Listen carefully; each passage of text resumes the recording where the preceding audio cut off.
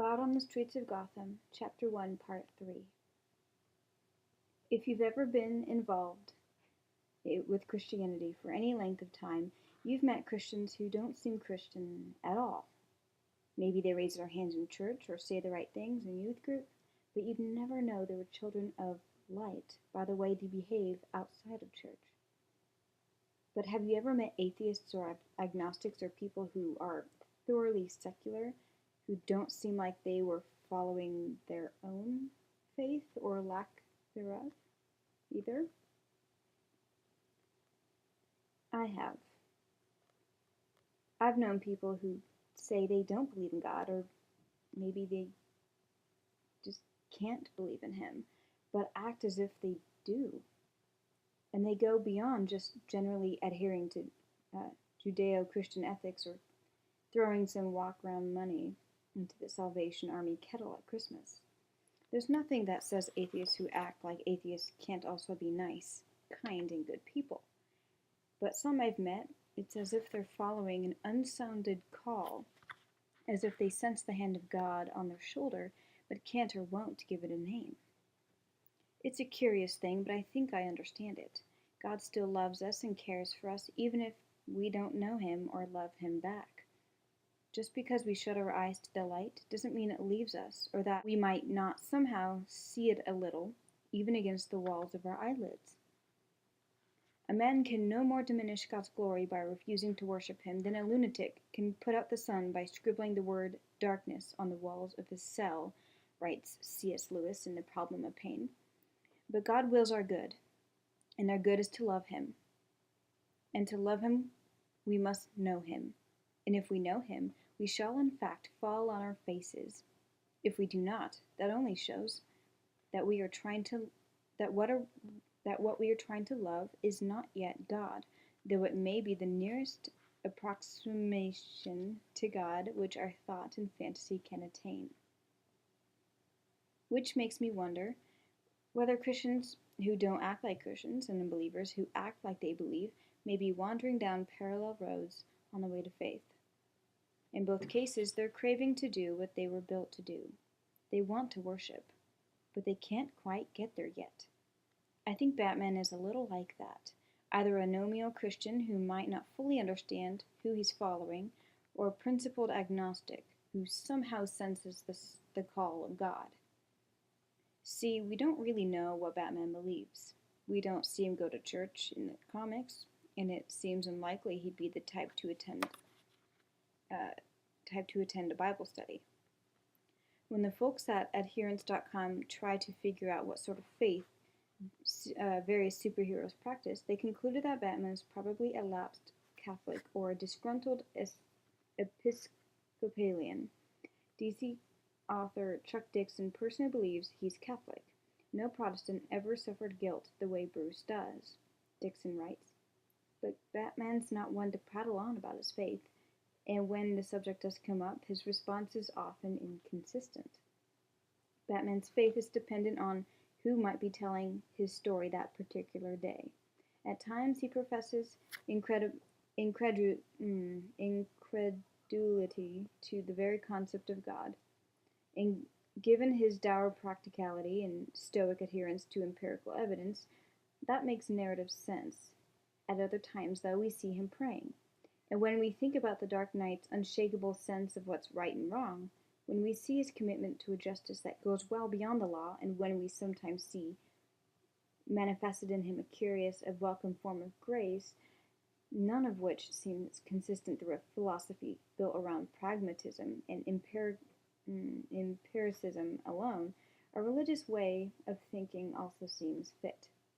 While Batman seems to have taken a more agnostic turn over the last several years, there's no getting around the fact that in the comics, Bruce might never have become Batman had he not bowed his head in the candlelight and prayed. A part of the Batman narrative we'll deal with at a greater length in the next chapter. As you read this book, I recommend you look at Batman not as a superhero saint, but rather as an unwitting guide. He's a creature of darkness in search of the light. He's no Messiah. He's not perhaps even a Christian, and yet when we watch him, there are unmistakable impulses within him that can have no other source than God, even if he or his authors don't fully understand the source. Who, except one touched by God, so fully acknowledges the darkness within himself? Who, except one kissed by the Almighty, rejects his own desires so thoroughly for the betterment of others? What idiot would sacrifice so much night after night without sensing a call? Batman is no lunatic, he's no villain. He's a hero, pressed into service by a source he may be only dimly aware of. He believes in goodness, even if he doesn't call it God. Perhaps he's like the disciple Thomas, who heard the call to follow, but didn't quite understand who he was really following. But because Batman perhaps doesn't perfectly understand his calling or the implications thereof, he can sometimes get a little lost. He can grow confused in his role, and sometimes his values can get a little scrambled. He is prone, like most of us can be at times, to place his trust in the wrong things and his faith in the wrong people. We lose all sight of God and sometimes chase after the nearest approximation. And sometimes he literally follows the wrong guy. In the dark night, Bruce Wayne thinks he's found his savior, a crusading district attorney by the name of Harvey Dent. We all know you're Gotham's White Knight, Jim Gordon tells Dent, and it would seem to be true. Winning the district attorney job behind the slogan, "I believe in Harvey Dent," he carries an explicit mandate to clean up the city. He plays by the rules in the light of day and does so in a coat and tie, not a cowl and a cape. He's not afraid to show his face, and in the corrupted world of Gotham City, that makes Harvey a tough hombre indeed. But if we've learned anything through Christopher Nolan's first two Gotham City sojourns, it's that there are few people on the public dole to be trusted. Every now and then, we hear hints that perhaps Harvey's not as pure and virtuous as we've been led to believe. Jim Gordon lets slip that some cops have even given him a rather unfortunate nickname, Harvey Two-Face, we learn later. But Bruce Wayne doesn't see that side of the DA and takes Harvey at face value. You know that day that you once told me about, when Gotham would no longer need Batman? He tells Rachel Dawes, his oldest friend and one of the few people who knows who's under the cowl. I'm coming. It's happening now. Harvey is that hero. He's locked up half of the city's criminals, and he did it without wearing a mask. Gotham needs a hero with a face. We all need that hero, someone to protect us, to save us from our sinful world, from our sinful selves. Bruce Wayne knows that Batman, as tough and cool as he is, can't be that hero. He knows his own heart too well.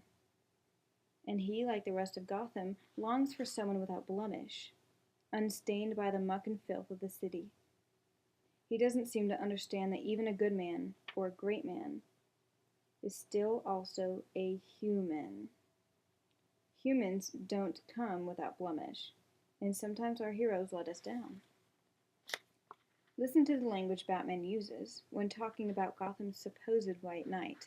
Bruce Wayne didn't just grow to like Harvey Dent or decide to support Harvey Dent.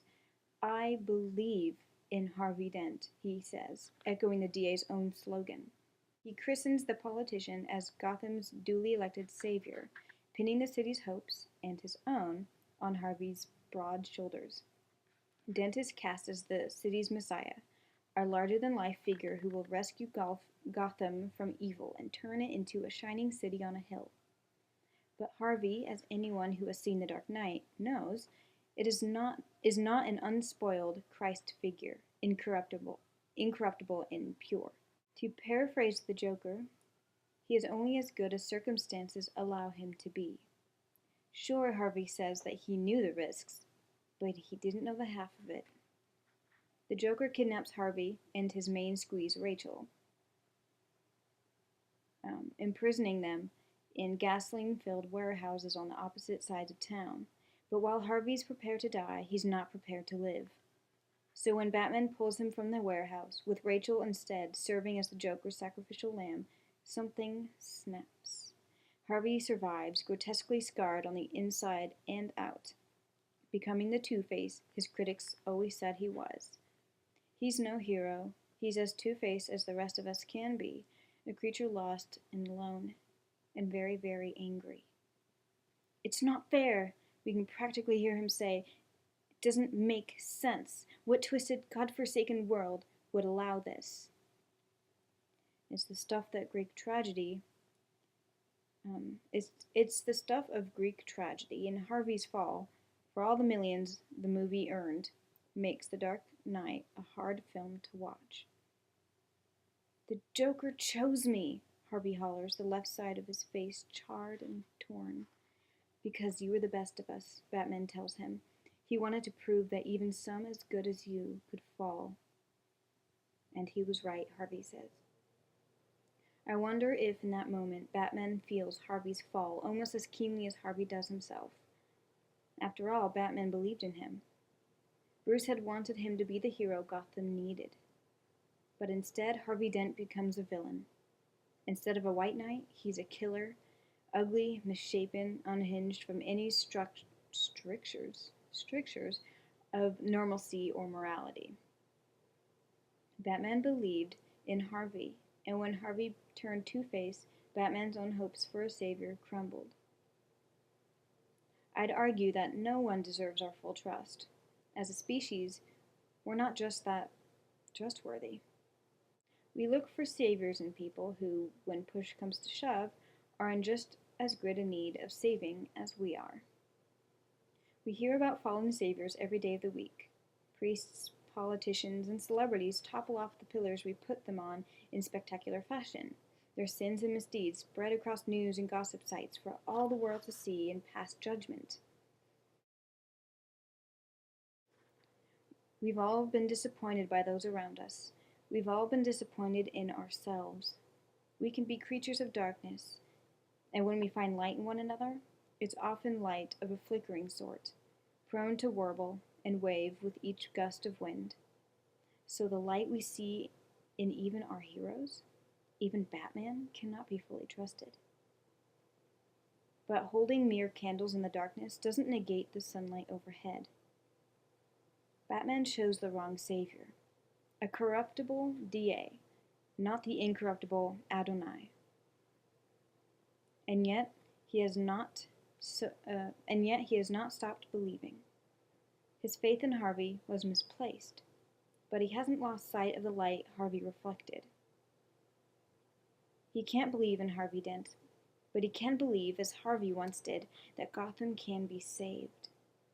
And perhaps lodged somewhere in Batman's call, in his faith, in his desire for goodness and justice, there's a hint of the true savior. The night is darkest just before the dawn, Harvey says before his fall, and I promise you the dawn is coming. Batman lives in darkness. In some ways, he is a creature of darkness, and like many of us, he can't quite get a handle on the coming sun. He's a little lost, a little alone, and a little confused, and yet he has hope, and even faith of a sort, faith in a future that won't be corrupted, that won't be stained. He believes the dawn is coming, and that when it does, it will sweep away not just the city's shadows, but his own. Batman is on a walk of faith, following a voice to his ultimate purpose.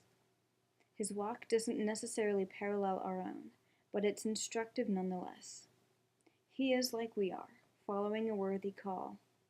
His to serve Gotham, ours to serve God and his people. And Batman shows us just how difficult and rewarding following that call can be. When did Batman first hear that call? When did Bruce Wayne take his first steps toward his cape and cowl? It didn't come in earthquake or fire, or even a still small voice. It came with the tug of a trigger. It came with the tug of a trigger, the crack of a gun. It came with the sound of flight, the sound of fall, the sound of an awful, deathly quiet. It came on the heels of a sob. Turn the page and read on. It's time to learn how Batman was born.